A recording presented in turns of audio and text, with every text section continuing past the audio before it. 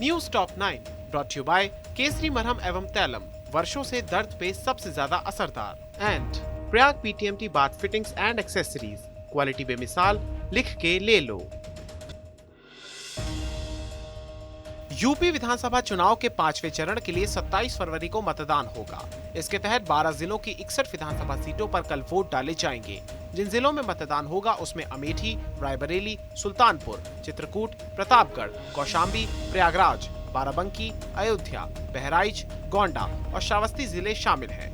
UP के सभी 7 चरणों में सबसे ज्यादा सीटें इसी चरण में हैं। इस चरण में कुल 692 प्रत्याशी चुनावी मैदान में हैं। 2017 में बीजेपी ने यहां पर 51 सीटें जीती थी। उसके सहयोगी अपना दल एस ने 2, समाजवादी पार्टी ने 5, कांग्रेस ने 1 और 2 सीटें निर्दलीय उम्मीदवारों ने जीती थी।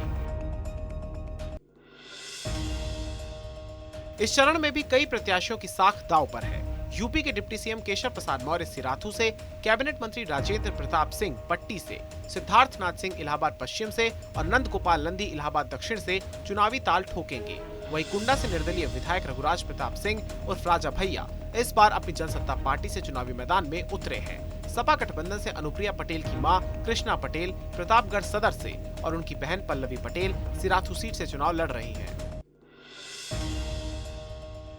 सपा अध्यक्ष अखिलेश यादव ने बलरामपुर में रैली की। अखिलेश यादव ने बीजेपी सरकार पर हमला करते हुए कहा कि बीजेपी की डबल इंजन सरकार में अगर कोई चीज डबल हुई है तो वो है महंगाई और भ्रष्टाचार।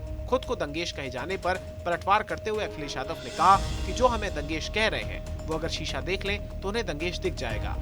लोकतंत्र और संविधान बचाओगे कि नहीं बचाओगे आप? ये धर्म के नाम पर झूठा प्रचार करने वाले लोग केवल अन्याय कर सकते हैं। आज मैंने पढ़ा कि उन्होंने हमें दंगेश कहा है। हमें कहा कि हम दंगेश हैं। दंगेश का मतलब दंगा कराने वाले। अरे मैं तो ये कहता हूं बाबा मुख्यमंत्री जी को अपना शीशा देखना चाहिए सुबह सुबह, और जो शीशे में दिखाई देगा वही दंगेश है, वही दंगेश है। ये लगता है शीशे ही नहीं देखते। अगर ये शीशा देखने लगे तो उन्हें असली दंगेज दिखाई दे जाएंगे। मुख्यमंत्री योगी आदित्यनाथ ने अंबेडकर नगर में जनसभा को संबोधित किया। सीएम योगी ने समाजवादी पार्टी पर हमला करते हुए कहा कि परिवारवादियों ने विकास नहीं होने दिया, इन लोगों ने केवल अपना विकास ही किया है। योगी ने आगे कहा कि जिनके गुर्गे पहले तमंचा रखते थे अब वही लोग हनुमान जी का गदा लेकर घूम रहे हैं। लेकिन इन परिवारवादी लोगों ने जिनको केवल अपने परिवार के लोगों का भला चाहिए था, वे लोग विकास नहीं होने दिए। और आज यही कारण है कि उत्तर प्रदेश के अंदर ये परिवारवादी कभी दंगा कराते हैं, कभी अराजकता फैलाते हैं, कभी गुंडागिर्दी करते हैं और रूप बदलने में तो इतने माहिर हैं कि जो लोग पहले दंगा करा करके राह चलते हुए राहगीरों और व्यापारियों से छिनैती और लूटपाट करवाते थे, उनके राह चलते हुए गुर्गे हमेशा तमंचा रखते थे। आज आप देख रहे होंगे वे लोग हनुमान जी की गदा लेकर के घूमने लग गए हैं। कांग्रेस महासचिव प्रियंका गांधी ने महाराजगंज में जनसभा की। प्रियंका ने संवाद करते हुए कहा कि जनता को अपने अंदर एक ऐसी आदत डालनी चाहिए जिसमें अगर कोई नेता उनके किसी भी वादे या घोषणा को 5 वर्ष के बाद भी पूरा नहीं करता है तो उसे वोट नहीं करना है, क्योंकि लोकतंत्र में नेता जनता के प्रति जवाबदेह है और ये संविधान में लिखा है। आखिर बात मैं यही कहना चाहती हूँ, अगर आदत डालनी ही है ना नेताओं में, तो ये आदत डालो कि आपके सामने अगर कोई घोषणा कर, अगर कुछ कह दिया, कोई वचन दे दिया और 5 साल बाद उसे पूरा नहीं किया तो आदत डालो कि उसको दोबारा वोट नहीं दोगे, उसको जवाबदेह बनाओ, क्योंकि इस लोकतंत्र में नेता जनता के प्रति जवाबदेह है। बीएसपी अध्यक्ष मायावती ने गोरखपुर में चुनावी जनसभा की। इस दौरान उनके साथ पार्टी के महासचिव सतीश चंद्र मिश्रा भी मौजूद रहे।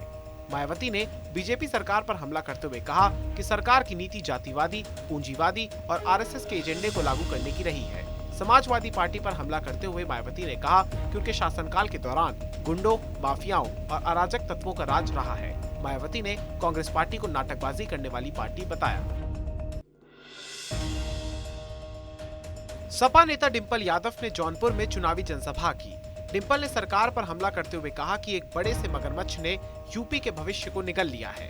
समाजवादी पार्टी की सरकार बनने पर केजी से लेकर पीजी तक फ्री शिक्षा देने और समाजवादी पेंशन योजना के तहत 1 करोड़ महिलाओं को 2000 रुपए प्रति माह देने की भी बात कही। हमारी बेटियों की शिक्षा के लिए केजी से लेकर पीजी तक शिक्षा मुफ्त की जाएगी। समाजवादी पेंशन योजना के तहत जहां पहले 55 लाख महिलाओं को 500 रुपए दिए जाते थे प्रति माह, अब ये राशि बढ़ाकर 2000 रुपए प्रति माह कर दी जाएगी। मौजूदा सरकार ऐसी सरकार है जिसने पूरे उत्तर प्रदेश का भविष्य निगल लिया है।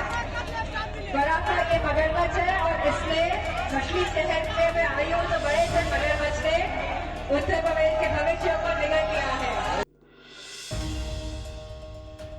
यूक्रेन पर रूस के हमले के बाद से कई भारतीय छात्र वहां पर फंस गए हैं, जिसमें यूपी और उत्तराखंड के कई छात्र छात्राएं भी शामिल हैं। इनमें से कुछ ने सोशल मीडिया पर वीडियो डालकर वहां के हालातों के बारे में बताते हुए भारत सरकार से मदद की गुहार लगाई है। वहीं उत्तराखंड के डीजीपी अशोक कुमार ने बताया कि राज्य के कुल 188 लोग यूक्रेन में फंसे हैं और उन्हें निकालने के लिए जरूरी प्रबंध किए जा रहे हैं। मैं नागेंद्र गुप्ता, उत्तर प्रदेश, मऊ ग्राम बढ़वा गोदाम से हूँ और यहाँ यूक्रेन में 4th ईयर का स्टूडेंट हूँ। यूनिवर्सिटी का नाम है Dnipropetrovsk state medical university. Sir, यहाँ पे कंडीशन बहुत ही ख़राब है। अगले 10 या 15 घंटे में कुछ भी हो सकता है। तो हम इंडिया गवर्नमेंट से, अपने गवर्नमेंट से गुहार लगा रहे हैं कि हमें जल्द से जल्द यहाँ से निकाला जाए।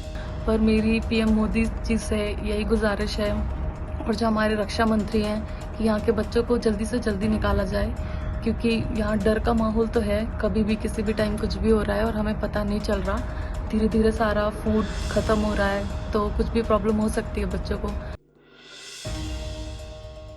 बाराबंकी के फतेहपुर कोतवाली में तैनात सब इंस्पेक्टर वेद प्रकाश यादव ने आत्महत्या कर ली। दरोगा के शव फांसी के फंदे से लटका हुआ मिला।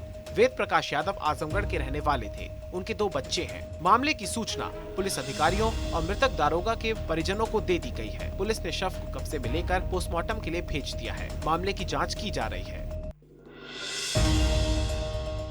News top 9 brought you by Kesari मरहम एवं तैलम, वर्षों से दर्द पे सबसे ज्यादा असरदार, and Prayag PTMT bath fittings and accessories, quality बेमिसाल, लिख के ले लो।